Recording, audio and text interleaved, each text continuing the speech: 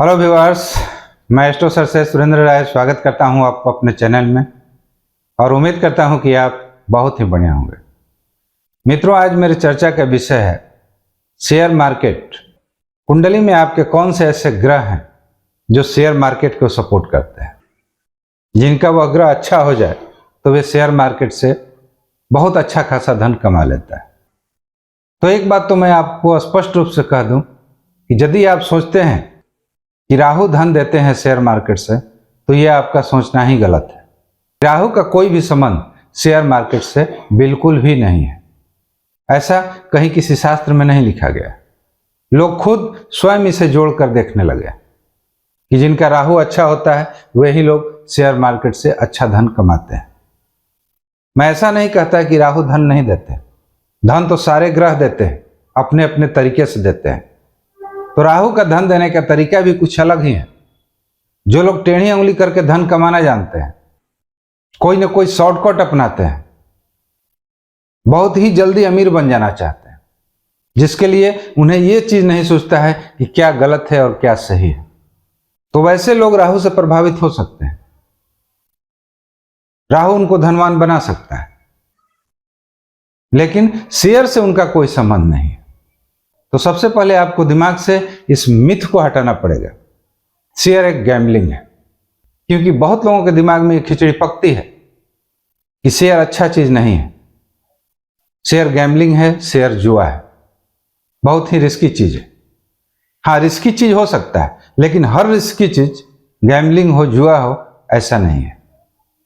कोई व्यक्ति यदि अपने घर से पैसा लगाता है व्यवसाय खड़ा करने के लिए, और वह कुछ इन्वेस्ट करके व्यवसाय खड़ा भी करता है, कोई जरूरी नहीं उसमें भी कि वह इनकम में ही रहे, लॉस भी हो सकता है उसको, लेकिन 70-80% ऐसे चांसेस होते हैं कि उसे बेनिफिट होंगे ही।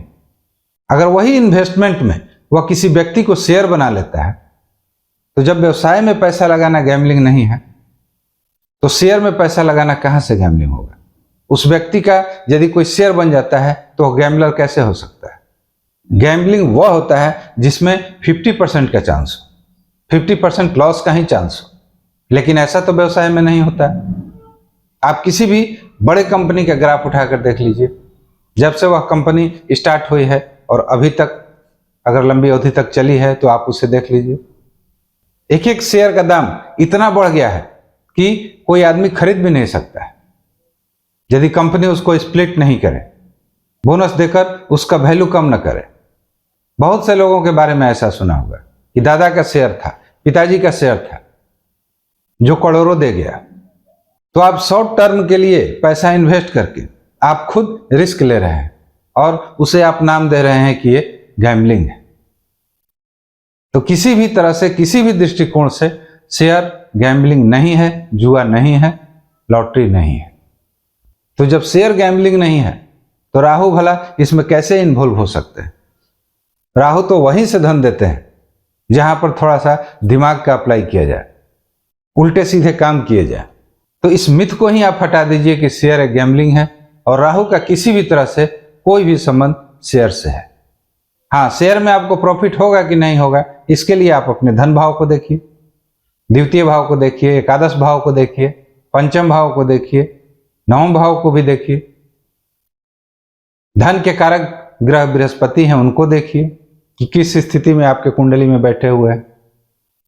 हाँ, राहु पर आपको दृष्टि अवश्य रखनी है, इसलिए नहीं कि राहु हमें देंगे, इसलिए कि कहीं इनकी कुदृष्टि आपके धन भाव पर तो नहीं पड़ रही है, जो आपको धन देने वाले ग्रह हैं उनके ऊपर तो नहीं पड़ रही है। इस बात पर आपको ध्यान देना जरूरी है। कहीं आप राहु के महादशा में तो नहीं है, अंतरदशा में तो नहीं है, कहीं गोचर में नेगेटिव प्रभाव ना दे दें, इस बात पर आपको ध्यान देना जरूरी है। इसलिए नहीं कि राहु मेरे जितने अच्छे होंगे उतना ही अच्छा धन हम शेयर से कमाएंगे, इसलिए नहीं। धन आपको अत्यधिक कमाना है, अच्छा कमाना है, तो आप कुछ भी नहीं जानते हैं अपने भाव के बारे में, अपने कुंडली के बारे में, तो आप बृहस्पति को बलि कीजिए। और बृहस्पति को बलि करने के लिए आप विष्णु भगवान का पूजा कर सकते हैं। उनका एक मंत्र है, ओम नमो भगवते वासुदेवाय। यदि आप इसे रेगुलर वे में पढ़ते हैं तो निश्चित ही लगातार आपको धन की आय होती रहेगी। यदि उनका आप 5 माला जप करते हैं तो कम से कम एक बार लक्ष्मी जी के मंत्रों का भी जप कर ले। किसी भी लक्ष्मी जी के मंत्रों को उठा ले, उसका 1 माला जप कर ले। 5 माला ओम नमो भगवते वासुदेवाय का जप कर ले। आप देखिएगा कि आपकी आमदनी धीरे धीरे बढ़ने लगेगी। तो मित्रों, ये नहीं देखना है कि आपके राहु अच्छे हैं कि नहीं है, सिर्फ आपको बचाव करना है राहु से। क्योंकि राहु और शनि एक ऐसे ग्रह हैं कि यदि इनकी कहीं दृष्टि पड़ जाती है तो उससे सावधान होने की जरूरत है। पंचम भाव को कुंडली में माना जाता है शेयर के लिए। तो ये पंचम भाव से कोई रिलेशन तो नहीं रख रहे हैं, ये कहीं गोचर में ऐसे जगह तो नहीं आ रहे हैं जहां पर पंचम भाव पर ये दृष्टि डाल रहे हैं। इन सब चीजों से आपको बचना है।